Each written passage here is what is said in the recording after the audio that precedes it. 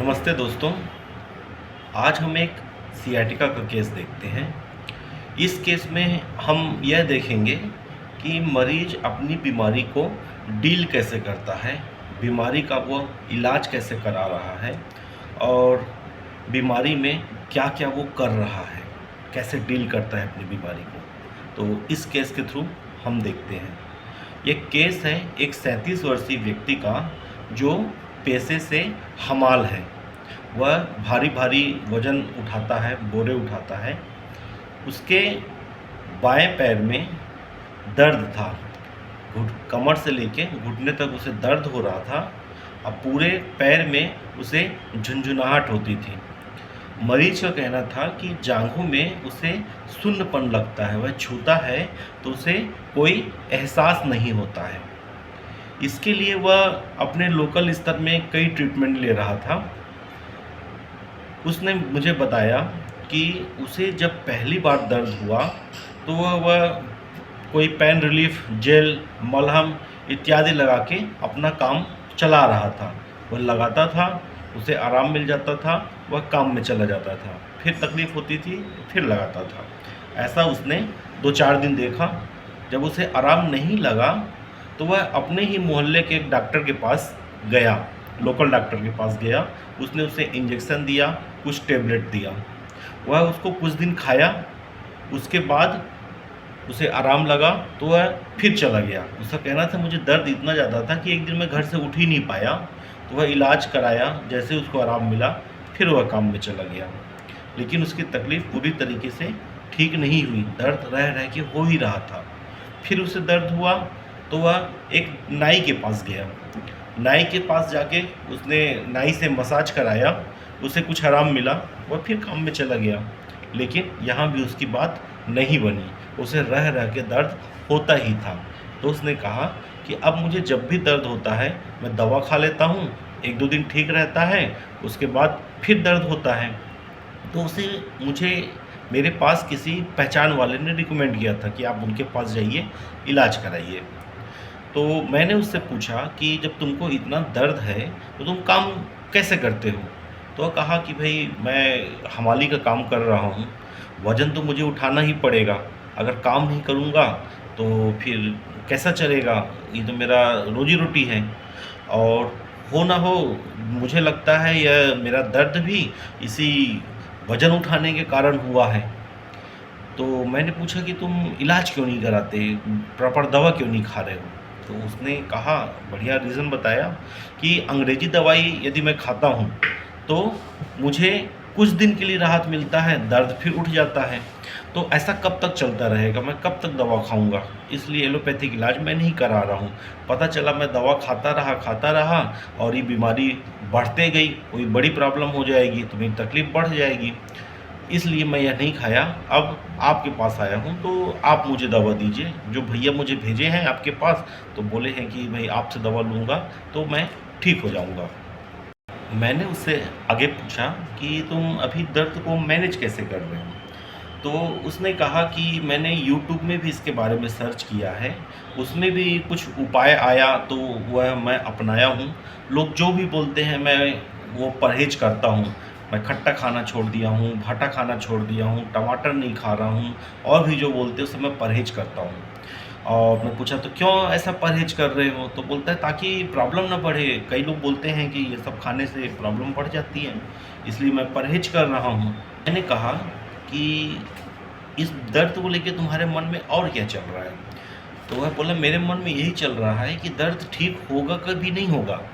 मैं रोज़ कमाने खाने वाला हूँ, यह दर्द कैसे चलेगा अगर ठीक नहीं होगा तो? हमाली हूँ, हमाल कर रहा हूँ तो वज़न तो मुझे उठाना ही पड़ेगा। तो मैंने सब यह देखते हुए उसे 15 दिन के लिए दवा दे दी और 15 दिन के बाद उसे बुलाया। जब वो 15 दिन बाद आया तो उसने बताया कि डॉक्टर साहब दर्द में मेरे बहुत आराम हो गया है, झुंझुनाहट भी बहुत कम हो गई है। उसने बताया कि जांघ को छूने में जो मुझे एहसास नहीं होता था, अब वो एहसास होने लगा है, दर्द बहुत कम हो गया है। और पहले मैं जो परहेज़ करता था, वो परहेज़ अब नहीं कर रहा हूँ, मैं सब कुछ खाता हूँ। कोई दिक्कत नहीं हो रही है, अब डर भी नहीं लग रहा है। मन में मुझे ऐसा लगने लगा है कि यह अब पूरा तरीके से ठीक हो जाएगा, दर्द बहुत कम है, अब मुझे काम करने में उतनी दिक्कत नहीं हो रही है। तो ये उसका फॉलोअप था। तो दवा देने के बाद उसे बहुत आराम मिला, उसने और दवा ली, चला गया। अब हम देखते हैं कि इसे हमने क्या दवा दी थी और क्यों दी थी।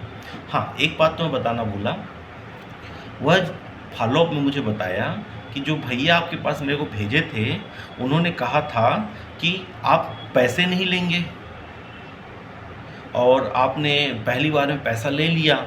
उस समय तो मैं कुछ नहीं बोला, लेकिन चूँकि भैया बोले थे कि आप पैसा नहीं लोगे, इसलिए मैं इस बार आके बता रहा हूँ कि ऐसा बोले थे। तो मैंने कहा ठीक है, कोई बात नहीं। तो एक छोटी सी जानकारी थी। देखिए, अब इसका हम एनालिसिस करते हैं। यह आदमी जो था, सबसे पहले वो किसी कदर अपनी बीमारी को मैनेज करने की कोशिश कर रहा था। शुरू में वो अपने मन से टेबलेट खाया, नहीं ठीक हुआ, लोकल डॉक्टर से टेबलेट खाया, नहीं ठीक हुआ, और नाई से भी मसाज करा के देख लिया। तो यह सब जो एक्टिविटी होती है कि मरीज जिसके कारण उसको लगे कि मेरा दर्द किसी तरीके से ठीक हो जाए, वो जो कोशिश करते रहता है ना, और प्रॉपर ट्रीटमेंट नहीं लेता, तो यह जो कहलाता है ये बार्गेनिंग है। तो हमने पहला रूब्रिक लिया बार्गेनिंग। दूसरा, यह कई चीज़ों से परहेज करने लगा था ताकि इसकी प्रॉब्लम ना बढ़े, तो यह केयरफुलनेस है। तो दूसरा रूब्रिक हमने लिया केयरफुलनेस।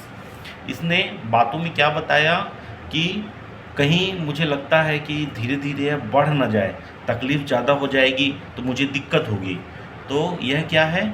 यह है फियर सफरिंग ऑफ। उसे डर लगता है कि मेरी बीमारी ज़्यादा ना हो जाए, वह दर्द से परेशान रहता है, दर्द के लिए डरता है। तो फियर सफरिंग ऑफ। और यह बात करते करते कई बार यह अपने बिजनेस की बात किया कि मैं हमाल हूँ, वज़न उठाना पड़ता है, उठा रहा हूँ। और तो हमने इसे लिया डिलीरियम बिजनेस टॉक ऑफ। इसने और क्या बताया कि हो ना हो मुझे वज़न उठाने के कारण ही यह प्रॉब्लम हुई है। तो इसके लिए हमने लिया delusion injured being injured is. और हमने पूछा कि तुम्हारे मन में क्या चल रहा है, तो उसने क्या कहा कि मुझे लगता है कि यह दर्द ठीक होगा भी या नहीं होगा, मैं यही सोचता हूँ। तो यह है डाउटफुल रिकवरी अबाउट।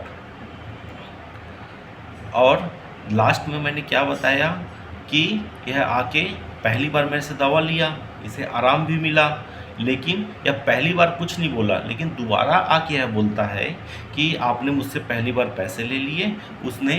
जिसने भी उसको मेरे पास भेजा था, उसने कहा कि वह पैसे नहीं लेंगे। तो यह है अनग्रेटफुल एवराइज फ्रॉम।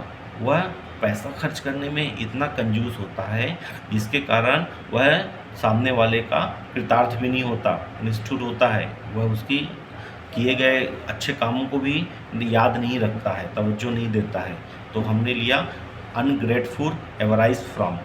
ठीक है, यह रेट्रो रूब्रिक है, यह बाद में कन्फर्म हुआ, लेकिन यह जो मेडिसिन है यह ऑलरेडी कंजूस प्रवृत्ति की होती है, ज़्यादा खर्च नहीं करना चाहती।